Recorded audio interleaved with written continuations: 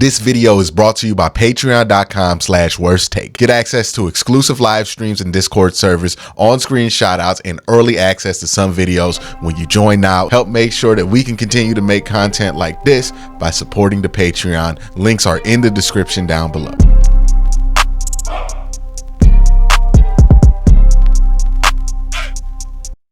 Deshaun Watson is one of the most polarizing players on the field and off the field in Cleveland Browns history. I think that's a reality a lot of people have to accept, which means when you bring him up in conversation, it's never going to be about the point that you're trying to make.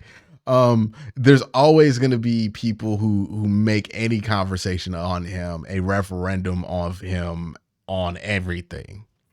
And when people do that, I think it leaves out the evaluation of some things around him. And one thing that can't be ignored from a football perspective is that Deshaun Watson, I think, has one of the best supporting classes in football. Now, I have a hot take, and I don't know if it's a hot take because I think there are things that objectively make this not a hot take. It's pretty proven, but it's not a popular take. It's not the common take. I think we overemphasize what a player's supporting help is or supporting cast is when it comes to the other players on the offense, right? Oh, the wide receivers. Yes, that does help, but that's not everything. Oh, the running back. Yes, that does help, but that's not everything. I think a supporting cast, a good supporting cast, or a great supporting cast for a quarterback, I think the most important thing to have is a great defense. We usually don't affiliate a great defense a team has with helping the quarterback. But I think it's the thing that helps the quarterback the most. Because what a great defense gives you is multiple shots at the apple, right? You don't have to hit and score on 70% of your drives because you have a great defense. All you got to do is score on 2 of them, right? The barrier for success is lowered significantly for a quarterback when they have a great defense. If you look at mediocre quarterbacks who we found out are legitimately mediocre, and you look at when they had success that made us believe that they weren't mediocre, a great defense usually is in there somewhere. Oh, Brock Osweiler, he's going to be a franchise quarterback. Houston should pay him whatever money that they paid Brock Osweiler to be a franchise quarterback. We all found out that, hey, when you have one of the best defenses in your generation, you can get away with having a Cook, Peyton Manning, and Brock Osweiler be your quarterback and win a Super Bowl. If you look at the worst teams to win Super Bowls, or the worst quarterback teams to win Super Bowls, Nick Foles and the Eagles, Trent Dilfer, both the times that Eli Manning won his Super Bowl, what did all those quarterbacks have? Great defenses. And it's not just the mediocre quarterbacks that benefit from having a great defense. Even the great quarterbacks benefit from having a great defense because you know what? Pat Mahomes had none of that supporting cast that people love to talk about, right? None of them wide receivers were good. He had one good tight end who's old at this point, a questionable offensive line. But you know what he did have? A great defense. And Pat Mahomes plus great defense is enough to equal a Super Bowl on any given season because that's part of the supporting cast. People say Pat Mahomes didn't have help. Chris Jones is his help because if you give Pat Mahomes multiple bites at the apple, if you tell Pat Mahomes all you got to do is score 20 points to win a game, winning becomes a lot easier, whether you got a good wide receiver or not. So when it comes to Deshaun Watson, if this Browns defense is as good as it was last year, if not better, by default, he already has one of the best supporting cast in the NFL. And we know this to be true because this defense literally elevated the following names. PJ Walker, XFL MVP 4 years ago. right? Like his peak was 4 years ago in a lower league. Elevated him to a win over the San Francisco 49ers and the Indianapolis Colts, who either made the playoffs or came this close to making the playoffs.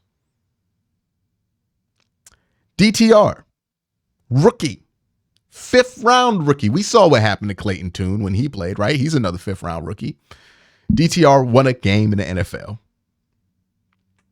against Pittsburgh, a playoff team, off the strength of the defense. Joe Flacco, 37-year-old or 37, 39, old Joe Flacco, 2008 draft class, Joe Flacco, who had not looked great in New York, who had not looked great in Denver, who had not looked great in Philly, comes to the Cleveland Browns, plays on a defense that's so good that you can throw, what was it? Like 8 interceptions? It did not matter. That's what a good defense will give you. Right? Part of the reason Deshaun Watson was 4-1 is because he had a great defense behind him. Didn't require him to do much. What he was asked to do, he did, but it didn't require him to do much. The great defense lowers that bar of what you need from the quarterback week to week to win, which makes it easier to win because you don't need a quarterback to go insane every week to win a football game. Look at a team with a bad defense like Justin Herbert in the Chargers. Justin Herbert's a great quarterback, but that defense stunk. And it didn't matter if he threw for 300. It didn't matter if he threw for 400. Hell, look at Deshaun Watson in 2020. He had a terrible defense. Didn't matter that he threw for almost 5,000 yards. He went 4-12. We look at quarterback as the end-all be-all, but if you don't pair that quarterback with a good defense, you're not going to have much. By the way, Cincinnati is another team. Look at when they're doing their best work with Joe Burrow. Look at when they look the most dangerous. It's when that defense is playing at a high level. Look at when they look super vulnerable. It's when the defense isn't. Cincinnati is another team that, look, they have a great quarterback, but that defense makes them dangerous. So the supporting cast for Deshaun Watson's defense is incredible. You look at the offensive side, the offensive line, I don't think it's best offensive line in the NFL anymore, but I think it's still good offensive line. You have David Njoku, who's a really good player. You have Amari Cooper, who we're going to talk about heavily in this video. You have Elijah Moore, who's okay. You have Jerry Jeudy, who's pretty good. And you have yourself a great supporting cast. Now, this won't be forgotten if like Deshaun Watson like has a good year and wins games. People will now suddenly remember that he has one of the best supporting casts in all of NFL. But while people are trying to predict that the Browns are going 6-10, that's not something they can acknowledge. So this will go on deaf ears until then. That's just me being petty, to be honest with you. But Deshaun Watson, it's well established. He has a great supporting cast. But I think the centerpiece of this offense will be Nick Chubb, who we all have talked about plenty. But the combination of Watson and Coop, because I think Watson and Coop as a pairing has a lot more potential than maybe a lot of people are seeing. If we just look at the 11 games that they've played together, right? Deshaun has given him 78 targets, which equals 49 receptions, 848 yards, 4 touchdowns, a 62.8 catch percentage, a 17.3 per reception number, and a 10.87 per target number. These are all across the board very efficient numbers for even Amari Cooper. If you average this out to a 17-game season, you're talking about 120 targets, 76 receptions, 1,300 yards, and 6 touchdowns, and the 1,300 yards would be a career high for Amari Cooper. I think Amari Cooper and Deshaun Watson work really well together as a wide receiver quarterback pairing. The reason I think they work super well together as a wide receiver quarterback pairing is they seem to have a similar understanding of the game of football, right? They seem to look at this similarly. When we look at other quarterback wide receiver pairings that have not worked out, the most recent one for Browns fans, Baker Mayfield and Odell Beckham. I hope we're at the point where we can acknowledge that Odell Beckham was still physically talented when he got to the Cleveland Browns. Was he Odell Beckham from 2018 or whatever it was? Well, no, 2017? Probably not. But was he still capable of being a 12 to 1,300 yard receiver? Absolutely, he was capable. He almost did that, despite all of the issues that the Browns offense had in 2019. The issue with Odell and Baker is that they never saw it the same way. When Odell went to LA and he got Matthew Stafford and he got somebody who saw it similar to him, he put up great results. Tore his ACL again, but put up great results. And when you consider the fact that Odell's like super old now, like he's 10 years into the league, what he did at Baltimore versus like what he did in Cleveland, you know, it feels a lot more like it lived up to expectation than anything that he ever did in Cleveland.